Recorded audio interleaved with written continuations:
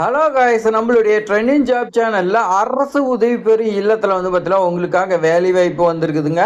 இந்த அரசு இல்லத்துல ஆசிரியரா நீங்க பணிபுரியறதுக்கு விருப்பமா இருந்துச்சுன்னா இந்த வீடியோ ஸ்கிப் பண்ணாம ஒரு 2 மினிட்ஸ் பாருங்க.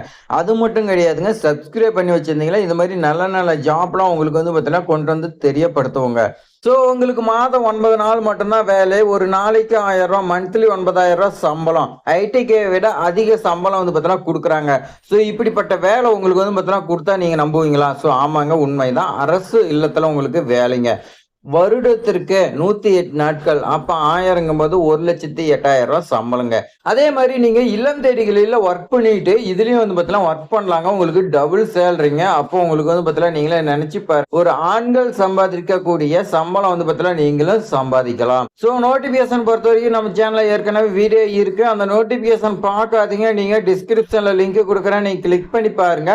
இந்த வீடியோ பார்த்தீங்கன்னா அப்ளிகேஷன் ஃபார்ம் எப்படி விண்ணப்பிக்கிறது, ஸோ இந்த வீடியோ பார்த்தீங்கன்னா அப்ளிகேஷன் ஃபார்ம் எப்படி ஃபில் பண்ணுறதுன்னு நிறைய பேர் கேட்டிருந்தீங்க. அவங்களுக்காக தான் இந்த வீடியோ. ஸோ உங்களுக்கு ஆசிரியராக பணிபுரிய விருப்பமாக இருந்துச்சுன்னா இப்போ வாங்க நம்ம விரிவாக பார்க்கலாம். ஸோ உங்களுக்கான அப்ளிகேஷன் ஃபார்ம் நான் டிஸ்கிரிப்ஷனில் கொடுக்குறேன். அது நீங்கள் பார்த்தீங்கன்னா பிரிண்ட் எடுத்துக்கங்க. பிரிண்ட் எடுத்துட்டீங்களா, ஃபர்ஸ்ட் ஃபார்மேட்னு சொல்லிட்டாங்க. அப்ளிகேஷன் ஃபார்ம் பார் த கவுன்சிலர், அதாவது ஆலோசகர்னு பார்த்தீங்கன்னா சொல்லுவோம். ஸோ இந்த போஸ்டிங்க ஆற்றுப்படுத்துனர், அதே மாதிரி ஆலோசகர், இந்த மாதிரி பார்த்தீங்கன்னா சொல்லலாம். இதுக்கான கல்வி தகுதி என்ன, அதே மாதிரி வேற என்னென்ன கண்டிஷனுங்கிறது நோட்டிபிகேஷன்ல இருக்குதுங்க. அதை நீங்க ஃபர்ஸ்ட் அந்த வீடியோ பார்த்துட்டு அதுக்கு மேலே இதுக்கு வாங்க.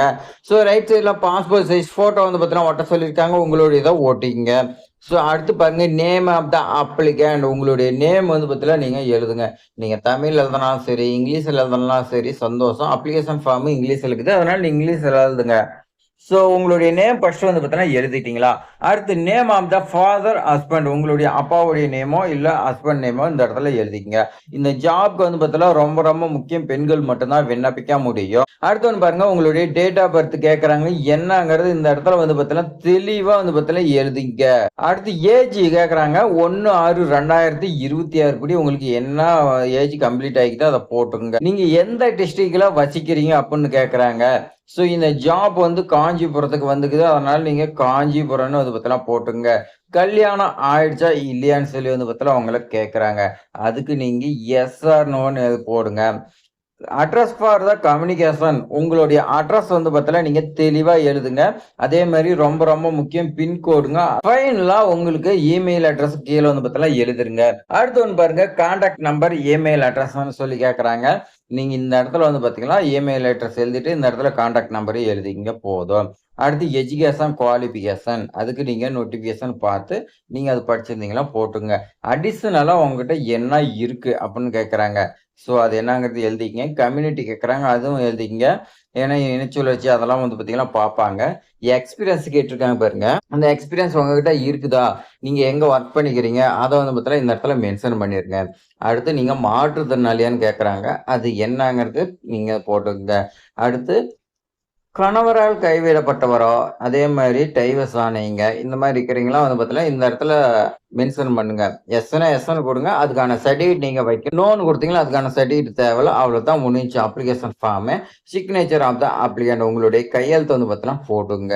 போட்டு நோட்டிபிகேஷன்ல சொல்லியிருக்கக்கூடிய அட்ரஸ்க்கு பார்த்தீங்கன்னா நீங்க சென்ட் பண்ணிருங்க. இதுக்கான லாஸ்ட் டேட் பொறுத்த வரைக்கும் 30/6/2026 நினைக்கிறேங்க. நோட்டிபிகேஷன் பார்த்தீங்கன்னா செக் பண்ணி பாத்துங்க.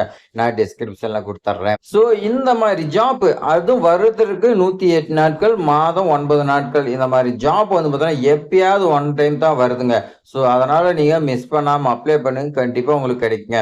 ஸோ இது மாதிரி வந்துச்சுன்னா உடனுக்குடன் நான் பார்த்தீங்கன்னா உங்களுக்கு தெரியப்படுத்துறேங்க. வேற யாருமே சொல்லியிருக்க மாட்டாங்க. நம்மளுடைய சேனல்ல பார்த்தீங்கன்னா இது மாதிரி உங்களுக்கு தெரியாத தகவல் தான் நாம கொண்டு வந்து சேர்ப்போம். ஸோ நீங்க சப்ஸ்கிரைப் பண்ணி உங்களுடைய ஃப்ரெண்ட்ஸுக்கெல்லாம் ஷேர் பண்ணுங்க. பெல் சிம்பிளை கிளிக் பண்ணி வச்சுங்க. லைக் பண்ணுங்க. தேங்க்ஸ் ஃபார் வாட்சிங்.